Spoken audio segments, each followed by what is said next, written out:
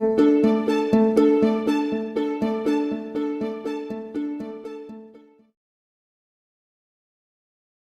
વિદ્યાર્થી મિત્રો, હું કૃપલ સર આપ સર્વેનું મારા આ વિડીયોની અંદર હાર્દિક સ્વાગત કરું છું.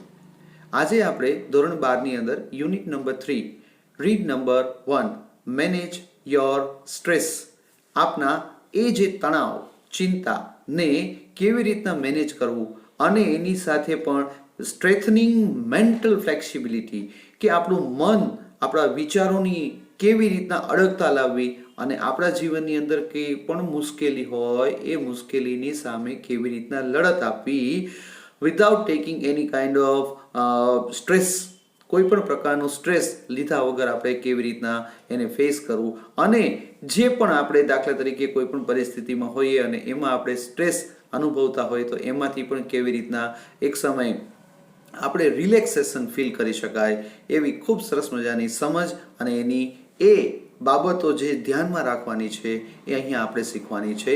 એ પાઠની શરૂઆત કરતા પહેલા ફરી એક વખત આપ એની ગ્લોસરીને ગો થ્રુ, દેટ મીન્સ એને જોઈ લેશો, જેથી કરીને આ પાઠની અંદર આવનારી જે પણ વર્ડ બિલ્ડિંગ કહી શકાય એ દરેકે દરેક બાબતો આપણી પાસે ઓલમોસ્ટ ક્લિયર થઈ જાય. ઓકે, બાકી કોઈ પણ હાર્ડ વર્ડ્સ હોય તો એને પણ હું જ્યારે સમજાવું છું ત્યારે પણ પર્ટિક્યુલર આપ ધ્યાન રાખીને એને નોટ ડાઉન કરી લેવાની ફરજ આપની છે. જોઈએ, અને આ જે પાઠ છે મેનેજ યોર સ્ટ્રેસ, એ પાઠની અંદર અત્યારની જે આ ભાગાદોડી ભરી જિંદગીની અંદર આપણે આપણી દ્રષ્ટિ જ્યાં સુધી પહોંચે અથવા તો આપણી સાથેના અને આપણે જેની સાથે જોડાયેલા છીએ એવી દરેકે દરેક વ્યક્તિને ધારો કે આપણે એનાલાઇઝ કરીએ તો એક વસ્તુ તો આપણને સમજણમાં આવશે જ. શું કે નાનામાં નાના વ્યક્તિથી લઈને મોટામાં મોટી વ્યક્તિ અથવા તો જેને આપણે જાણીએ છીએ હી ઓર શી ડઝન્ટ મીન ફોર અસ, એ આપણા માટે કોઈ માયને નથી રાખતું. દરેકે દરેક વ્યક્તિને આજે તણાવ છે, કોઈ પણ પ્રકારની ચિંતા છે, કોઈ પણ પ્રકારના એ તણાવની ચિંતાને આપણે ચિંતામુક્ત બનવા માટેના કદાચ પ્રયત્નો કરશું તો એ શક્ય કેટલા અંશે થશે એ તો આપણે પોતે જ અનુભવી શકીએ, પરંતુ પણ એની અંદરથી આપણે જે પણ કાર્ય કરી રહ્યા છીએ અને આવનારા સમયને પણ આપણે ખૂબ સારી રીતના ફેસ કરી શકીએ એવો સમય અને એવી બાબત તો ક્રિએટ કરવી જરૂરી છે જ. અને એ બધી બાબતોને વાચા આપે છે આ પાઠ. તો એની અંદરની એ સમજને આપણે ધ્યાનમાં રાખવાનો પ્રયત્ન કરીને આપણે પણ કોઈ પણ સ્ટ્રેસથી પીડાતા હોઈએ, કોઈ પણ બાબતનો ચિંતા હોય તો એમાંથી પણ કઈ કઈ બાબતો થકી આપણે એ સ્ટ્રેસને કમસે કમ ઓછો કરીને એ સમયને પણ આપણે જાળવી જઈને આપણા જીવનને પણ એક શાંતિમય સુખમય બનાવી શકીએ એવી સરસ મજાની સમજ આપણને આ લેસનમાંથી મળવાની છે. Let's start. Mind, emotions and body are all closely interlinked. બહુ સરસ મજાની પહેલી જ લાઈનની અંદર વાત કરી. અહીંયા ત્રણ બાબત કઈ છે? માઇન્ડ એટલે કે મગજ, ઇમોશન્સ એટલે લાગણી, ફિલિંગ, અને ત્રીજું કીધું છે આપણું body. All are closely interlinked, એકબીજાથી સૌથી નજીકથી જોડાયેલા છે. ક્લોઝલી ઇન્ટરલિંક, એકબીજા સાથે ખૂબ જ નજીકથી જોડાયેલા છે એ વસ્તુ આપણને ક્લિયર કરે છે.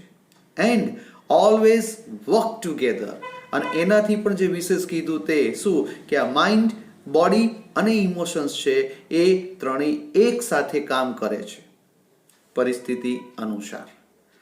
હવે દરેકે દરેક વખતે માઇન્ડ જ એપ્લાય કરવું, દરેક વખતે ઇમોશનલી જ આપણે વર્ક કરવું, અને એ બોડીના જે પણ ફીચર્સ છે એ કઈ રીતના આપણે એપ્લાય કરવા એની ખૂબ સરસ મજાની સમજ આપણને હવે મળવાની છે.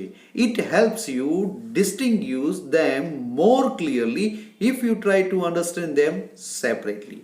આ ત્રણે ત્રણ એટલે કે માઇન્ડ એટલે કે મગજ, ઇમોશન્સ એટલે લાગણી અને બોડી ને આપણે ખૂબ સારી રીતે સમજવું જરૂરી છે અને એને એક એકને અલગ અલગ રીતે સમજીને આપણે આપણી દરેકે દરેકની તાકાતને મેળવવાની છે અને આવનારી એ બાબત થકી કોઈ પણ પ્રશ્ન જે છે એ આપણને તણાવ મુક્ત કરી શકે એવી આપણે પોતાના મનથી મજબૂતાઈ મેળવી લેવાની રહેશે.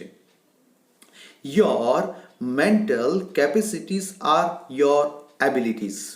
બહુ સરસ મજાની આ બે શબ્દો આપણને શીખવાડી જાય છે. એ સમજ. કઈ સમજ? કેપેસિટીઝ, એટલે કે કોઈ પણ વ્યક્તિની કોઈ પણ કાર્ય કરવાની ક્ષમતા, આવડત, ખૂબી.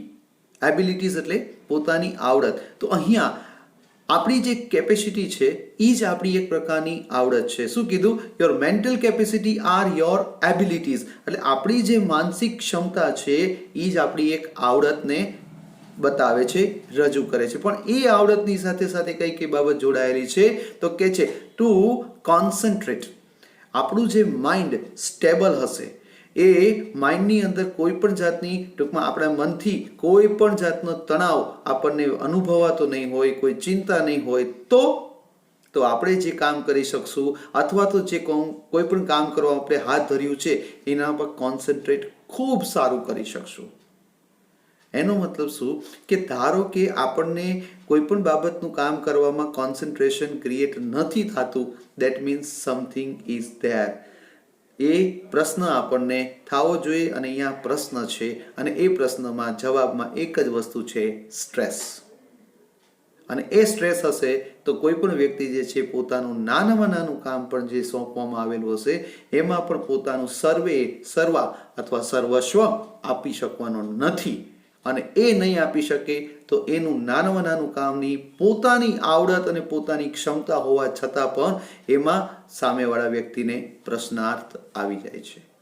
અહીંયા એવું ન બને એટલા માટે મનની એ ફ્લેક્સિબિલિટીને પણ આપણે ખૂબ સારી રીતના સ્ટેબલ કરવી, અને એ બાબતે કઈ રીતના આપણને મદદરૂપ થઈ શકે, કઈ કઈ બાબતો આપણે ધ્યાનમાં રાખવાની છે એ આપણને આ લેસનમાંથી શીખવાનું છે. તો કોન્સન્ટ્રેટ ખૂબ સારી રીતના કરવા માટે મેન્ટલ એબિલિટી, ટૂંકમાં એ મેન્ટલી પીસ એટલે કે મનની શાંતિ હોવી ખૂબ જરૂરી છે. બીજું કહે છે to take in new information. ધારો કે તમે આ લેસન શીખવાની શરૂઆત કરવા અથવા તમે લેસન આ જોઈ રહ્યા છો, મને સાંભળી રહ્યા છો, મને સમજવાનો પ્રયત્ન કરી રહ્યા છો, પણ આ વખતે તમને એ ભણતી વખતે, સમજતી વખતે, સમજાવતી વખતે કોઈ પણ બાબત છે, આ તો ચલો લેવાની વાત છે, ટેક ન્યૂ ઇન્ફોર્મેશન. અત્યારે તમે આ લેસન વિશે કદાચ કશું જાણતા નથી, અને ધારો કે મારે ભણાવવાનું છે, તો મારે પણ મારા મનની અંદર ધારો કે કોઈ પણ ચિંતા હશે, કોઈ પણ બાબતો જે મનની અંદર, વિચારોની અંદર જો ઘૂમતી હશે, તો અત્યારે જે મારું આપવાનું છે એમાં પણ હું 100% નહીં આપી શકું. તો મારે મારું આ જે કાર્ય, જે મારી ખૂબી છે, મારી આવડત છે, મારી ક્ષમતા છે, બરાબર છે, એ આવડત, એ ખૂબી, એ ક્ષમતા હોવા છતાં પણ હું મારું સર્વા આપી શકવાનો નથી, બીકોઝ ઓફ ઓનલી સ્ટ્રેસ. એ માત્ર ને માત્ર સ્ટ્રેસના લીધે. તો મને જો પણ નવી ઇન્ફોર્મેશન મેળવવી છે તો પહેલી વસ્તુ, હું મનથી એકદમ શાંત થઈ ગયેલો હોવો જોઈએ.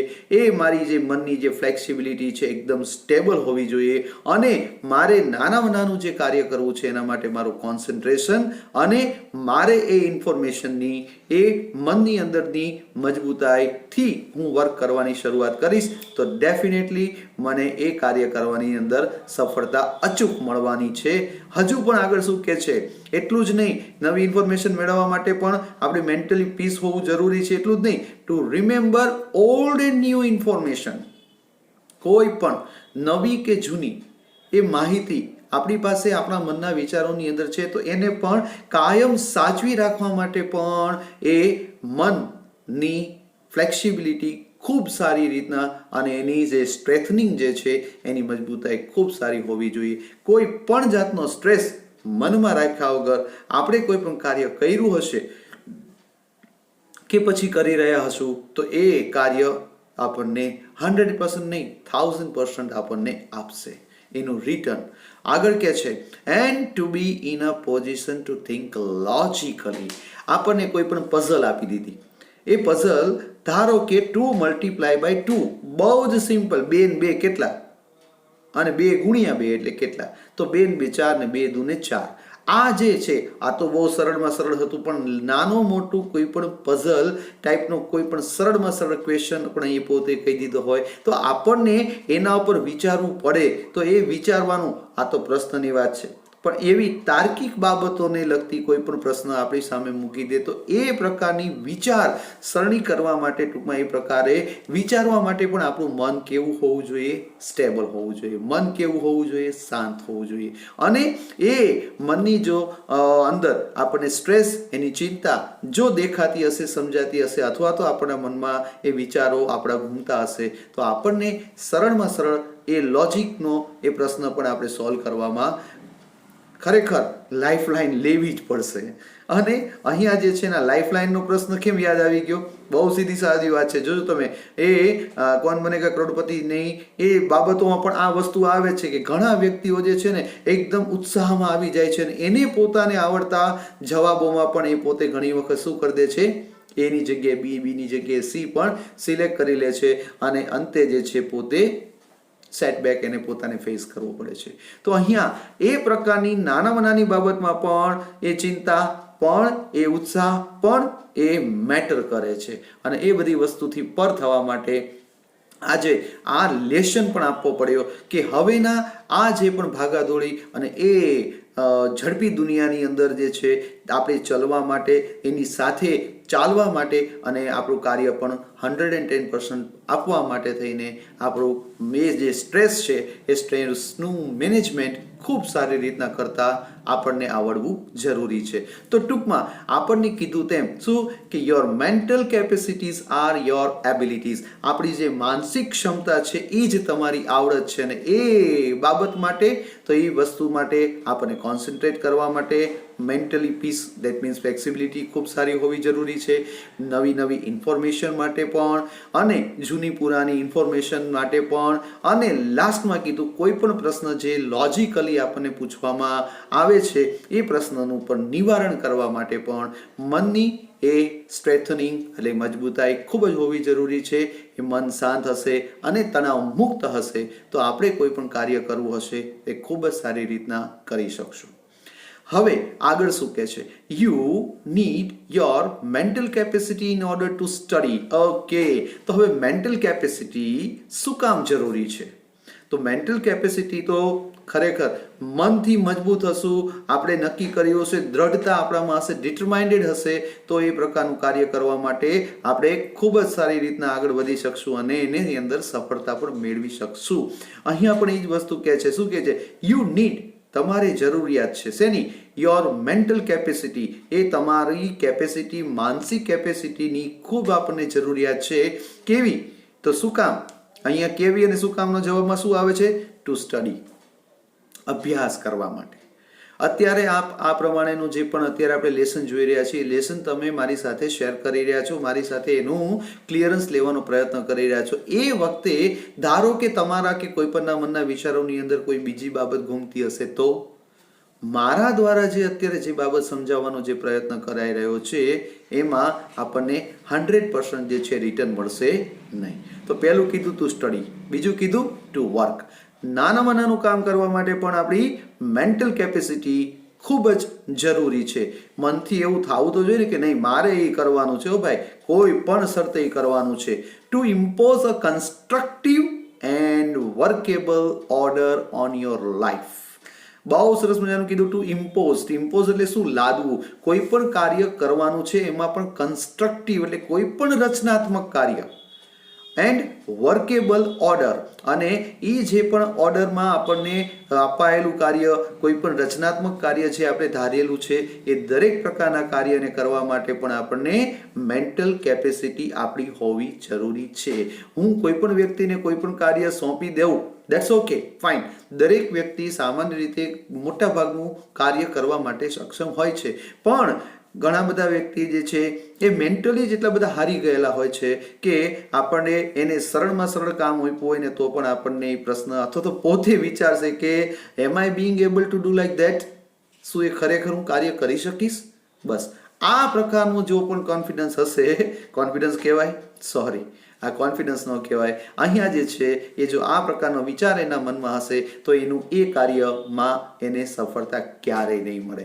પણ એમ કીધું લાવો સાહેબ એ કાર્ય હું કરીને જ બતાડીશ, અહીંયા એ પ્રકારના એ ઉત્સાહ સાથે, જોમ સાથે અને મેન્ટલી એ ફ્લેક્સિબિલિટી એની એ સ્ટેબલ રાખીને એ પોતે કોઈ પણ કાર્ય હાથ ધરશે તો ડેફિનેટલી જે છે એ આપણને કાર્યની અંદર સફળતા મળશે જ. 3 ઇડિયટ્સનું વર્ક બહુ સરસ મજાનું ઉદાહરણ છે. એ રેન્ચો જે છે એ વ્યક્તિ પોતે કેટલા વ્યક્તિઓને કેવી સલાહ આપે છે. અગરબત્તી કરે છે રાજુ, એને પણ એ કહે છે એ તણાવમાંથી એ મુક્તિ અપાવે છે, એ વિચારોથી મુક્તિ અપાવે છે અને બસ એને પોતાનું કાર્ય કરીને એ ખરેખર જે કાર્ય કરવામાં એની માસ્ટરી છે એ જ રીતના દરેકે દરેક પાત્રો લઈ લ્યો એના 3 ઇડિયટ્સના, તો એ દરેકે દરેક પાત્રોની અંદર પણ અહીંયા એની મેન્ટલ કેપેસિટી એન્જિનિયરિંગ કરવાની નહોતી. કોની? તો અહીંયા દરેકે દરેક પાત્રો જે પણ જે એમાં દેખાડ્યું છે એવા જ પાત્રો આપણે પણ છીએ. દાખલા તરીકે મારી જે છે એ મેન્ટલ કેપેસિટી જ ન હોય, એવી જ પ્રકારની એબિલિટી ન હોય અને હું ડોક્ટરી કરવા જાઉં તો હું એમાં સફળતા મને મળશે? Definitely not. ક્યારે પણ નહીં મળે. કોઈ પણ પ્રકારનું રચનાત્મક કાર્ય કરવું છે તો એમાં પણ મને સફળતા ક્યારે મળે છે? પહેલા હું મેન્ટલી હું એના માટે તૈયાર હોઉં.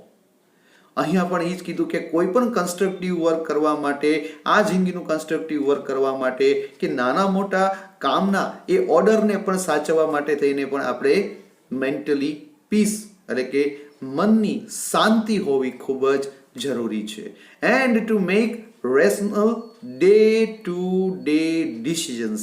અહીંયા રેશનલ શબ્દનો ઉપયોગ થયો છે. રેશનલ દેટ મીન્સ તાર્કિક, એક પ્રકારનું તર્કયુક્ત અથવા એક પ્રકારનું વિચાર માંગી લે તેવું, એક પ્રકારનું ખરેખર કોઈ પ્રશ્ન આવે તો એમાં એનો વ્યાજબી જવાબ શું હોઈ શકે, તાર્કિક જવાબ શું હોઈ શકે, ખરેખર આ પ્રકારનું કાર્ય જે છે એ કરવા માટે થઈને કયા પ્રકારનું મેન્ટલ સ્ટ્રેસ આપણે ફીલ કરતા હોઈએ છીએ અને એમાંથી પર થવા માટેનું જે પણ નાનામાં નાનું ડિસિઝન લેવાની વાત થાય છે એ પ્રકારનું ડિસિઝન લેવા માટે પણ આપણે શું મેન્ટલી કેપેસિટી આપણી હોવી જરૂરી છે.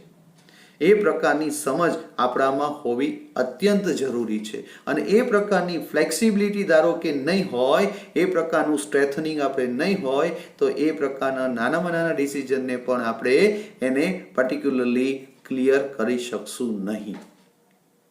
તો ડે ટુ ડે આપણા નાનામાં નાના કામને પણ જે ન્યાય આપવાનો છે, નિર્ણય કરવાનો છે, એ નિર્ણયમાં પણ આપણે એકદમ સભાનતા રાખીને એકદમ શાંત મને એ પ્રયત્ન કરીને એ નિર્ણય લીધો હશે, તાર્કિક એ તર્કબદ્ધ રીતના વિચારીને વ્યાજબી બાબતોને ધ્યાનમાં લઈને પણ જો નિર્ણય લીધો હશે તો એ કાર્યની અંદર પણ આપણને કોઈ પ્રશ્ન ક્યારેય નડશે નહીં કે પ્રશ્ન ઊભો થવાનો નથી જ.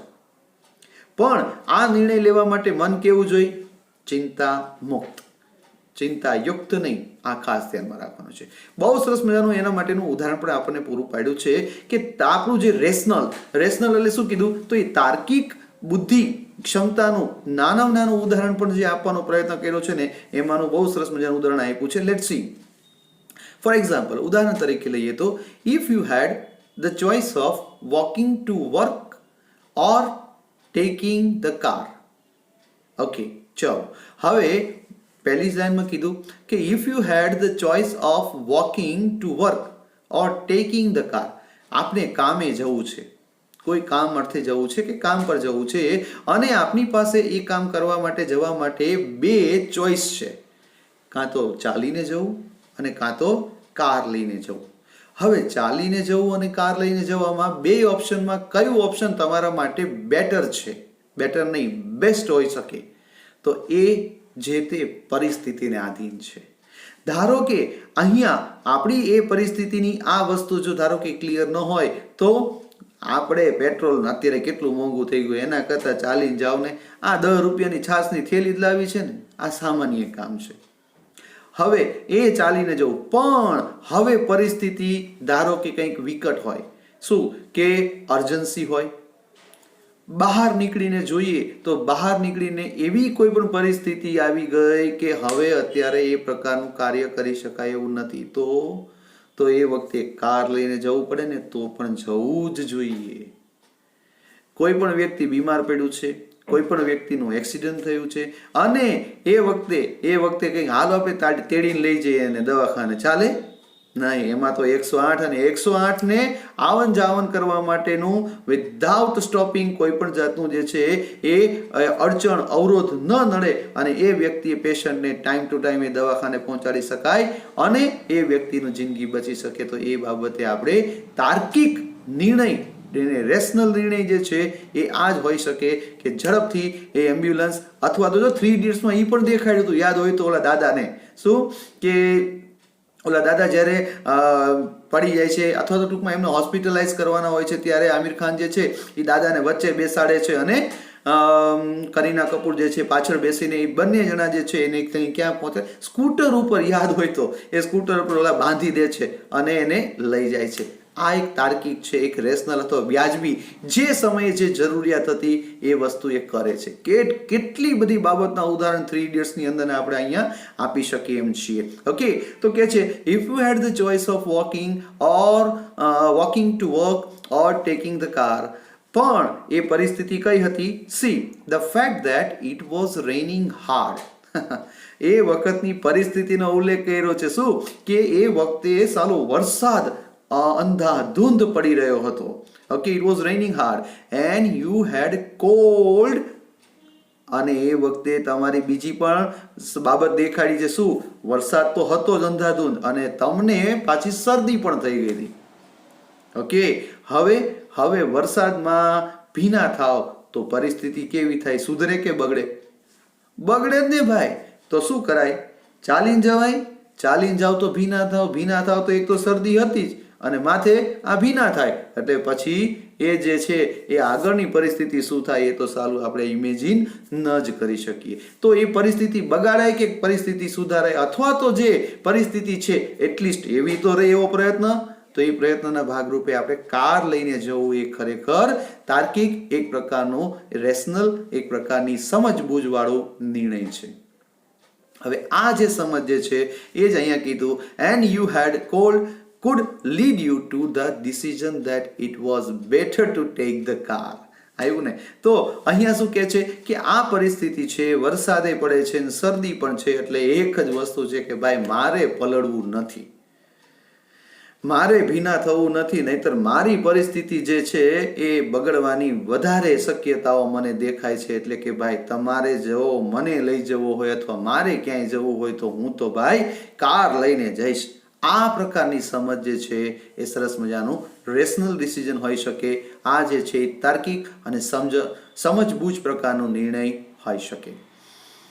આગળ શું કહે છે? that would be a rational decision based on the current circumstances. જોયું? તો કરંટ એટલે અત્યારના, એટલે કે જે તે પરિસ્થિતિ જે તે સમયમાં આપણી સામે આવે છે એ પરિસ્થિતિમાં સૌથી બેસ્ટમાં બેસ્ટ આપણને કયો નિર્ણય હોઈ શકે એ ખરેખર તાર્કિક રીતના, વ્યાજબી રીતના વિચારીને આપણે લેવાથી એ જે તે સમય છે એની અંદરની એ જે મુશ્કેલી ભર્યો જે સમય છે એને આપણે એટલીસ્ટ બહુ સારી રીતના ફેસ કરીને એની ક્લિયર તો કરી શકશું. આગળ શું કહે છે? The mind is rational. ખરેખર મગજ જે છે ને એનું કામ શું છે? તાર્કિક, એટલે કે તર્ક જ કરવાનું. આ કેમ આમ, આવું કેમ આમ થયું હશે, આ કેમ આવું બોલે છે, આ કેમ આવું કરે છે, આને ખરેખર શું થયું હશે, અત્યારે એને મારી સાથે આવો કેમ વ્યવહાર કર્યો. જોયું ભાઈ? આ બધી માથાકૂટ બાજુમાં મૂકને બસ એ જે હોય તે એની બાબત છે. એ બધું ટેન્શન લઈને સાલું આપણે અત્યારનો આપણો સમય બગાડવો નહીં. આપણે જે છે એ મોજથી રહેવાનું છે ભાઈ, અને એ મોજથી રહેશું અને કાર્ય કરશું તો આપણને આપણો સમય જે છે એ સારો અને ખરેખર આપણાનો સમય પણ સારો આવશે. નહીતર શું થશે? ધારો કે અત્યારનો સમય છે, જો મિત્રો, શું કે કોરોના કાળ ચાલે છે, અત્યારે જે છે એ આ સ્કૂલો બંધ હતી ધારો કે, તો એ સ્કૂલો જે છે હજુ ચાલુ થશે કેવી પ્રશ્ન છે, અને આપણે માટે આટલો બધો કોર્સ અને અમારે પણ જે છે એ વિડીયોની અંદર ભણાવવા માટેનો પ્રયત્ન કરવાનો છે. તમે સારું આવું કોઈ દી ભણ્યા નથી અને તમારા જે મનના જે પ્રશ્નો છે અમારા સુધી નથી પહોંચાતા, અને એ પહોંચતા નથી એટલે સાલું અમને પણ ખબર નથી પડતી કે તમે કઈ કઈ બાબતોથી પીડાવ છો, અને એનું એ ટેન્શન અમારા દ્વારા ક્લિયર નથી થઈ શકતું. અમારી વાત તમારા સુધી પહોંચાડવા માટેનો પ્રયત્નના ભાગરૂપેનું જે માધ્યમ છે એ માધ્યમ અહીંયા એક શું છે, વિડીયો. અને એ બાબતમાં તમારું રિઝલ્ટ શું થશે, હવે આવનારી પરીક્ષા કેવી રીતના લેવાશે, આ તે ફલાણું ટૂંકનું કેટલી બધી બાબતોના પ્રશ્નો જે છે અત્યારે મનમાં ઘૂમ્યા જ કરે છે. મિત્રો, એક વસ્તુ જિંદગીમાં યાદ રાખજો, શું? Every question has its own answer. દરેક પ્રશ્ન અને દરેક પ્રશ્નને પોતાનો જવાબ હોય છે. Try your level best to make it clear, thinking rationally. અને તમારાથી સૌથી પ્રયત્ન બેસ્ટ રીતના થવો જોઈએ લોજિકલી એ પ્રશ્નના જવાબને વિચારીને એ ખરેખર પ્રશ્નનો જવાબ ગોતવાનો પ્રયત્ન થાય અને એ પ્રશ્નનો જવાબ આપને મળે જ. જરાય મૂંઝાવાની જરૂર નથી. દરેક પ્રશ્ન છે તો એ પ્રશ્નનો હલ હોય જ. અહીંયા પણ કીધું mind is rational, logical part of you that helps you to make unemotional choices. Mind છે એ તો શું વિચારવાનું, લોજિકલી વિચારવાનું. મગજને અને ઇમોશન્સને કોઈ દી લેવા દેવા જ નથી. ઘણા બધા વ્યક્તિઓ લગભગ દરેક પરિસ્થિતિને ઇમોશનલી હેન્ડલ કરતા હોય. ઘણા બધા વ્યક્તિઓ એવા છે કે મેન્ટલી એટલે કે માઇન્ડલી જ એ વસ્તુને ઉપયોગ કરતા હોય અને એના જે નિર્ણયો છે એ હંમેશા બસ તાર્કિક રીતના લઈને, પ્રોફેશનલી લઈને એ હંમેશા કરતા હોય. એવું નથી વિદ્યાર્થી મિત્રો. આપણે જે તે પરિસ્થિતિ પ્રમાણે જ્યાં આપણે મનથી બિઝનેસ કરવો હોય તો અહીંયા કંઈ ઇમોશન્સ નહીં કામ લાગે. આ બહુ જ સીધી સાદી વાત છે. એટલે ધારો કે બિઝનેસ કરવો છે તો મનથી એટલે કે તાર્કિક રીતના દરેક બાબતોને વિચારીને નિર્ણય કરવો જરૂરી છે. અને એ કોઈ પણ સાથેનો વ્યવહાર છે એ વ્યવહાર જે તે વ્યક્તિ ઉપર આધાર રાખે છે, એની સાથેના એ સંબંધો ઉપર આધાર રાખે છે. તો ત્યાં ઇમોશનલી પણ કોઈ પણ વર્કઆઉટ કરવું અત્યંત જરૂરી છે. ઘરે મગજ વાપરવાની જરૂર નથી. ઘરના આરે તો શું છે, ઇમોશનલી જ અટેચમેન્ટ છે. અહીંયા દરેક વ્યક્તિ જેવી રીતના વર્ક કરે છે પણ આ બધી બાબતોમાં માઇન્ડ એકદમ શાંત હશે તો જ આપણે સ્ટેબલ હશું, તો જ આપણે ખૂબ જ સારી રીતના રેશનલી વિચારીને પણ કોઈ પણ નિર્ણય કરી શકશું. નહીતર એ નિર્ણય લેવાશે પણ એ ક્ષતિયુક્ત હશે. બરાબર, ક્ષતિ મુક્ત નહીં હોય. બરાબર છે. તો એ વાયરસ તો જોતા નથી, કારણ કે દરેક જગ્યાએ છે ને સ્કેનર મળતા નથી કે એની અંદરથી સ્કેન થઈને બધા વાયરસ ડિલીટ થઈ જાય. ઓકે, ઘણી વખત એ સ્કેન કરવા જઈએ ને તો ફરી પાછા વાયરસ અંદર ઘૂસી જતા હોય છે. તો એ પ્રકારની બાબતો પણ આપણે મનથી દૂર કરવાની છે.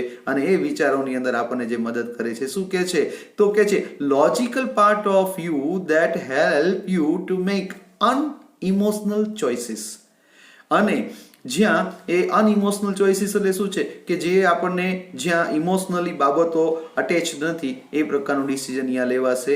ટુ સ્ટોર, પછી આપણે એને સ્ટોર એટલે કે ખરેખર ભેગું કરવું અથવા તો રાખી મૂકવું, સ્ટોરેજ કરી દેવું.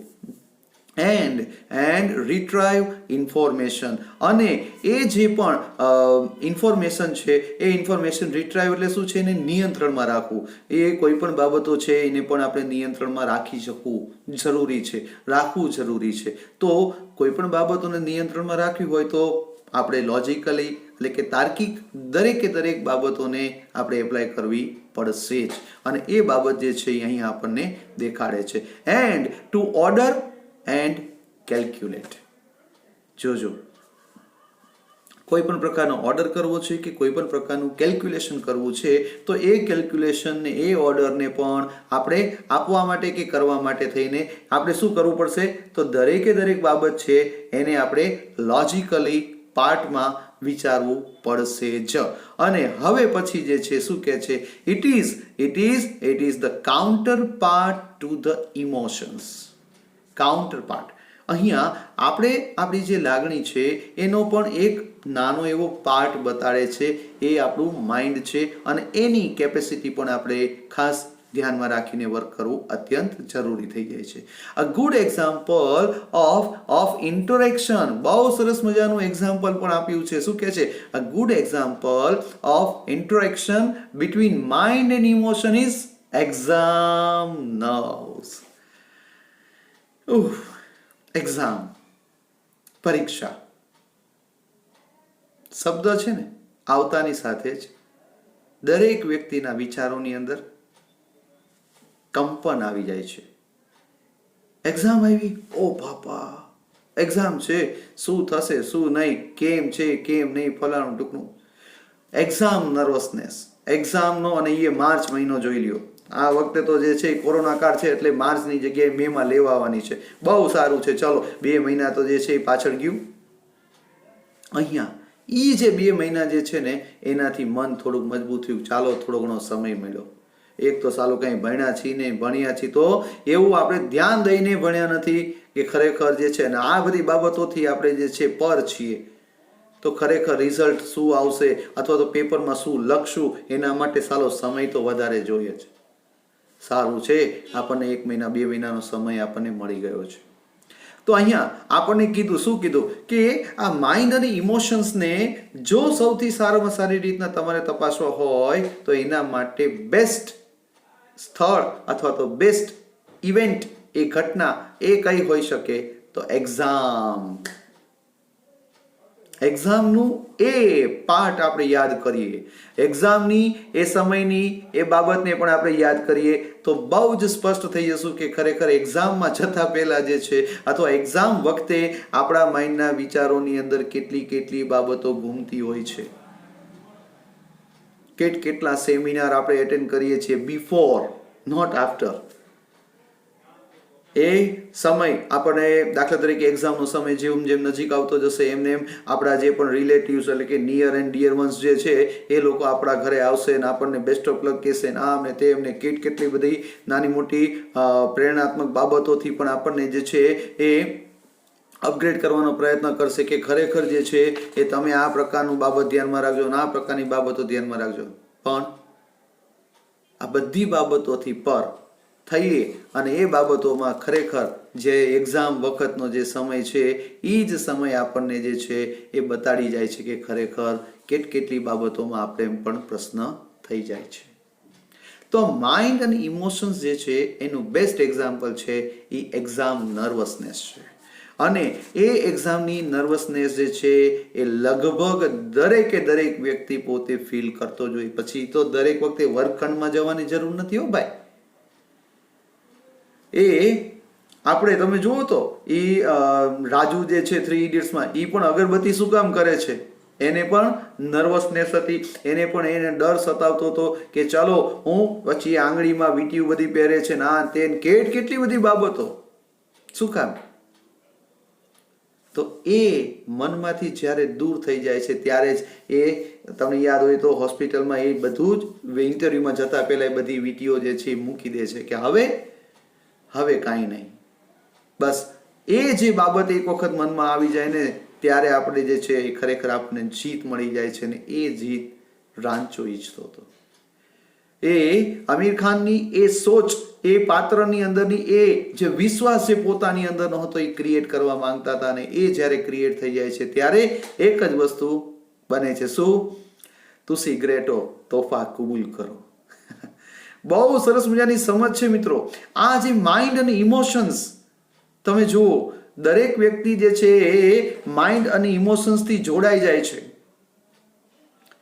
એ ફરહાનની પણ એ વાત મને યાદ આવે છે. શું? માઇન્ડથી એના પપ્પા વિચારતા હતા શું કે મારો દીકરો એન્જિનિયર બને, પણ એ ફરહાનના ઇમોશન્સ ક્યાં જોડાયેલા હતા? એ ફરહાનના ઇમોશન્સ જોડાયેલા હતા એ ફોટોગ્રાફીમાં. એ વ્યક્તિ પણ પોતે બહુ સ્પષ્ટ જ કહે છે ને એના પપ્પાને જ્યારે સમજાવતો હોય છે ત્યારે, શું કે હું કદાચ એન્જિનિયર બની ગયો તો સારો તો નથી જ બની શકવાનો. મને બીજા શું વિચારે છે એની સાથે લેવા દેવા નથી. મને ખરેખર તમે શું વિચારો છો એ લેવા દેવા છે. અહીંયા એ પોતાના છે તો એની સાથે ઇમોશનલી એ પોતે વાત કરે છે, માઇન્ડથી એ પોતે વાત કરતા નથી. અને અંતે એના પપ્પા પણ કન્વિન્સ થઈ જાય છે. અને છેલ્લે શું કહે છે યાદ છે ને? શું કહે છે કે બેટા આ તું લેપટોપ પાછું દઈ આવજે અને તને જે પસંદ હોય, તારે જે જરૂરિયાત હોય એ પ્રકારનો કેમેરો તું લઈ આવજે અને કદાચ એમાં પણ પૈસા ખૂટે ને તો કહેજે. સી આ છે તમારી જીત. આ જે મેન્ટલી અને ઇમોશનલી જે પણ તમને જે તાકાત મળે છે કે મારા હવે મારી સાથે છે, બસ એટલું આપણને મળી ગયું એટલે જીત આપણી જ હોય, આપણી જ હોય. બહુ સરસ મજાની સમજ જે છે એ આપણને એ ઉદાહરણ પણ પૂરું પાડે છે. પણ અહીંયા જે કીધું છે તે કે આ માઇન્ડ અને ઇમોશન્સની જે લડત છે એ તો આપણને એક્ઝામની અંદર જ જોવા મળશે. અને હવે પછી શું કે છે, your mental capacity has હેલ્પ્ડ you written what you have revised. Okay, શું કે છે, your mental capacity has help you written what you have revised. Okay, સીધી સારી વાત છે. એક્ઝામ છે, એક્ઝામ દેવા જતાં પહેલાં જે છે આપણે બધું શું કરીએ છીએ, આખા વર્ષ દરમિયાન એની તૈયારી કરીએ છીએ અને છેલ્લા 2-3 મહિના જે છે એને સતત આપણે રિવાઇઝ કરીને એની ઉપરના જે બાબતો આપણે ક્લિયર ન હોય તો એનું ક્લિયરન્સ કરીએ છીએ. આ બધું મેન્ટલ કેપેસિટી છે, મેન્ટલ એક્સરસાઇઝ છે. અને એ જે પણ એક્સરસાઇઝ આપણે કરીએ છીએ અને એના પરિણામ સ્વરૂપે આપણે જ્યારે એક્ઝામ આપવા જઈએ છીએ ત્યારે આપણામાં કોન્ફિડન્સ ખૂબ સારો જોવા મળે છે. તો અહીંયા પણ એ જ વસ્તુ કીધી. અને આપણે જાણીએ છીએ કે એકાઉન્ટ તો મારું જે છે તાકાત છે. હું કહું ઇંગ્લિશ તો મારી તાકાત છે. તમે દરેક વ્યક્તિ પોતે પોતાનું સ્ટફ જાણતો હોય છે અને એ જ સ્ટફ એને એક અલગ જ લેવલથી એ વર્ક કરવા માટે તાકાત પૂરી પાડતો હોય છે.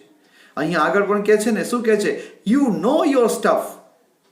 તમે તમારી તાકાતને જાણો છો, તમે તમારી તાકાતને ઓળખો છો. બસ તમારે કરવાનું છે, એટલે કે આપણે કરવાનું છે શું, આપણી એ તાકાતને વધુ મજબૂતાઈપૂર્વક અને એને ધ્યાનમાં રાખીને આપણે કોઈ પણ વર્ક હાથમાં લેવાનું છે અને એની માટે લડી જવાનું છે.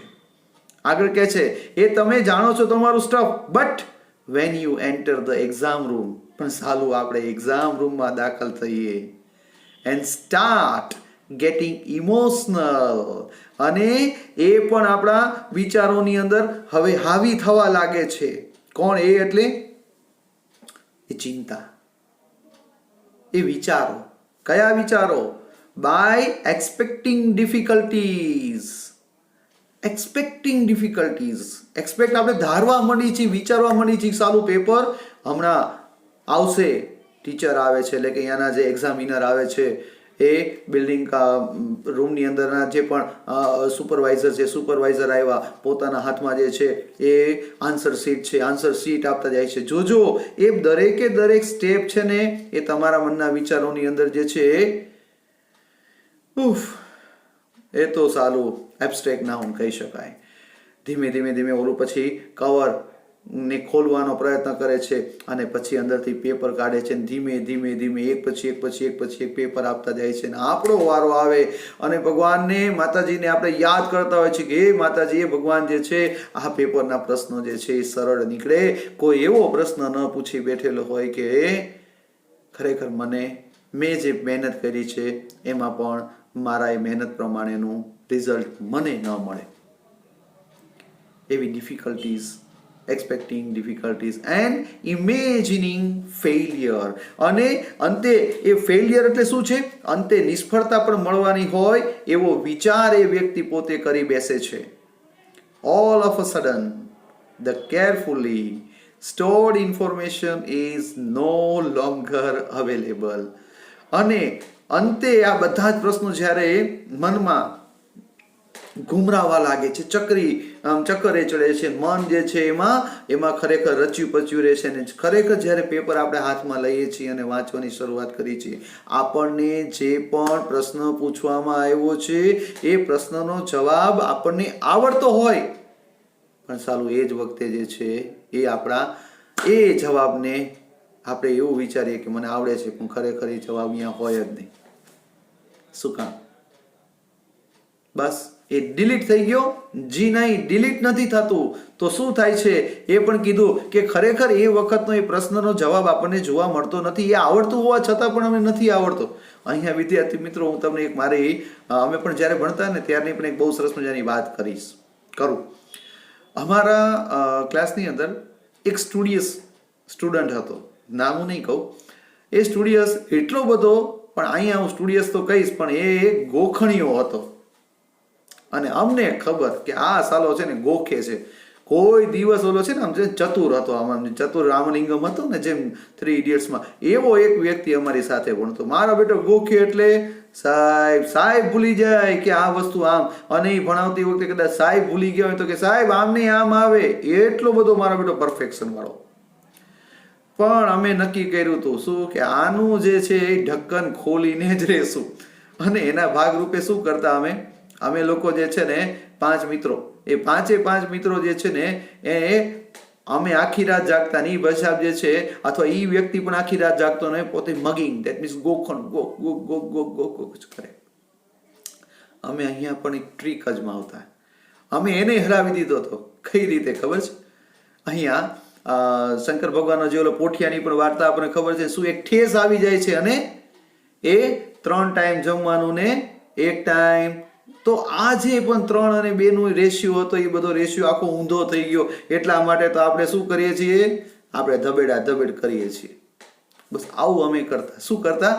અમે એવા પ્રશ્નો ગોતીને લઈ જતા કે એને આવડતો હોય નહીં, અથવા તો અમે એવી રીતના એને ટ્વિસ્ટ કરીને પૂછતા કે પરીક્ષા પહેલા જ ઓલમોસ્ટ એને પૂછ્યું, હે તને આવડે છે? અને સૌથી સરળમાં સરળ પ્રશ્ન હોવા છતાં પણ જે છે એને ન આવડે એવા 2-5 પ્રશ્નો એના મનમાં આવી જાય.